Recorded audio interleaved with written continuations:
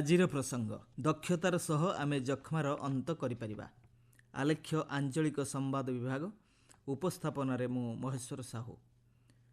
ଯକ୍ଷ୍ମା ରୋଗର କାରଣ, ଏହାର ନିରାକରଣ ଏବଂ ସ୍ୱାସ୍ଥ୍ୟ, ସାମାଜିକ ଓ ଆର୍ଥିକ କ୍ଷେତ୍ରରେ ଏହାଦ୍ୱାରା ପଡ଼ୁଥିବା ପ୍ରଭାବ ସମ୍ପର୍କରେ ସଚେତନତା ସୃଷ୍ଟି ଲକ୍ଷ୍ୟରେ ଆଜି ବିଶ୍ୱ ଯକ୍ଷ୍ମା ଦିବସ ପାଳନ କରାଯାଉଛି। ରୋଗର ମୂଳୋତ୍ପାଟନ ଲକ୍ଷ୍ୟରେ ପ୍ରୟାସକୁ ତ୍ୱରାନ୍ୱିତ କରିବା ପାଇଁ ପ୍ରତିବର୍ଷ ମାର୍ଚ୍ଚ 24 ତାରିଖରେ ଏହି ଦିବସ ପାଳିତ ହୋଇଥାଏ। ଅଷ୍ଟାଦଶ ଶତାବ୍ଦୀରେ ୟୁରୋପ ଏବଂ ଆମେରିକା ମହାଦେଶରେ ଯକ୍ଷ୍ମାର ପ୍ରାଦୁର୍ଭାବ ଅତ୍ୟଧିକ ରହିଥିଲା।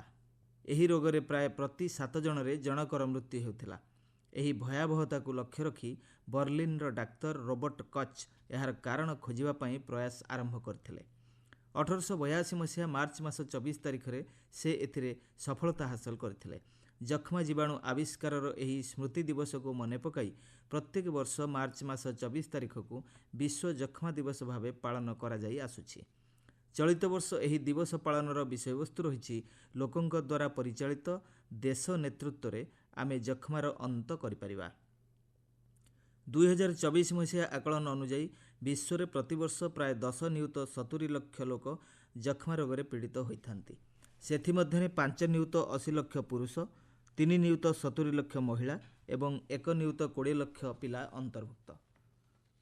କୁପୋଷଣ, ଦୁର୍ବଳ, HIV ସଂକ୍ରମିତ ଏବଂ ମଧୁମେହ ରୋଗୀଙ୍କ ପାଖରେ ଯକ୍ଷ୍ମା ରୋଗର ପ୍ରାଦୁର୍ଭାବ ମୁଖ୍ୟତଃ ଦେଖିବାକୁ ମିଳିଥାଏ।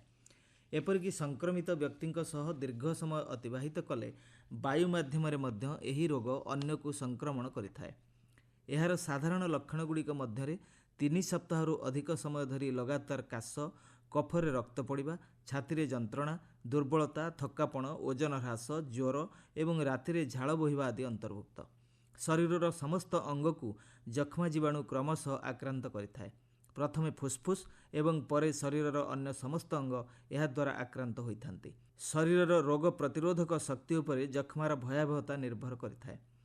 ବିଶ୍ୱର ଯକ୍ଷ୍ମା ସଂକ୍ରମଣ ମାମଲା ମଧ୍ୟରୁ 2/3 8ଟି ଦେଶରେ କେନ୍ଦ୍ରୀଭୂତ ହୋଇ ରହିଛି। 2024 ଆକଳନ ଅନୁଯାୟୀ ସେଥିମଧ୍ୟରୁ ଭାରତରେ ସର୍ବାଧିକ 25%, ଇଣ୍ଡୋନେସିଆରେ 10%, ଫିଲିପାଇନ୍ସରେ 6.8%, ଚୀନରେ 6.5%, ପାକିସ୍ତାନରେ 6.3%, ନାଇଜେରିଆରେ 4.8%, କଙ୍ଗୋରେ 3.9% ଏବଂ ବାଂଲାଦେଶରେ 3.6% ଯକ୍ଷ୍ମା ରୋଗୀ ଅନ୍ତର୍ଭୁକ୍ତ। ବିଶ୍ୱର ଅନ୍ୟ ଦେଶଗୁଡ଼ିକ ତୁଳନାରେ ଭାରତରେ ଯକ୍ଷ୍ମାରେ ମୃତ୍ୟୁବରଣ କରୁଥିବା ଲୋକଙ୍କ ସଂଖ୍ୟା ଅଧିକ ରହିଥିବାରୁ କେନ୍ଦ୍ର ସରକାର ଏ କ୍ଷେତ୍ରକୁ ପ୍ରାଥମିକତା ପ୍ରଦାନ କରି ପଦକ୍ଷେପ ଗ୍ରହଣ କରୁଛନ୍ତି। ଦେଶରେ ଯକ୍ଷ୍ମା ରୋଗୀଙ୍କ ମୃତ୍ୟୁର ପ୍ରମୁଖ କାରଣ ତମାଖୁ ବ୍ୟବହାର ବୋଲି ଚିହ୍ନଟ ହୋଇଛି। ପାଖାପାଖି 8% ଲୋକ ତମାଖୁ କାରଣରୁ ଯକ୍ଷ୍ମା ରୋଗରେ ମୃତ୍ୟୁବରଣ କରିଥାନ୍ତି। ଏହାକୁ ଦୃଷ୍ଟିରେ ରଖି ଦେଶବ୍ୟାପୀ ତମାଖୁ ସେବନ ନିବାରଣ ଅଭିଯାନ କାର୍ଯ୍ୟକାରୀ କରାଯାଇଛି। ତମାଖୁ ସେବନ ଦ୍ୱାରା ଜୀବନଶୈଳୀ କ୍ଷେତ୍ରରେ ସୃଷ୍ଟି ହେଉଥିବା ଆହ୍ୱାନ ଏବଂ ଏହାର ଭୟାବହତା ସମ୍ପର୍କରେ ଲୋକଙ୍କୁ ନିରନ୍ତର ସଚେତନ କରାଯାଉଛି। ସ୍ୱାସ୍ଥ୍ୟ ଓ ପରିବାର କଲ୍ୟାଣ ମନ୍ତ୍ରୀ ଜଗତ ପ୍ରସାଦ ନଡ୍ଡା ଏହି ଦିବସ ପାଳନ ଅବସରରେ ସୁସ୍ଥ ଜୀବନଶୈଳୀ ଆପଣାଇବାକୁ ଆହ୍ୱାନ ଦେଇଛନ୍ତି।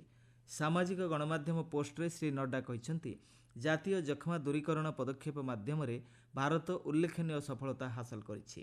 ରୋଗ ଚିହ୍ନଟ, ଚିକିତ୍ସା ଏବଂ ସମ୍ପୂର୍ଣ୍ଣ ନିରାକରଣ ଦିଗରେ ସଶକ୍ତ ପଦକ୍ଷେପ ଗ୍ରହଣ କରାଯାଇଛି।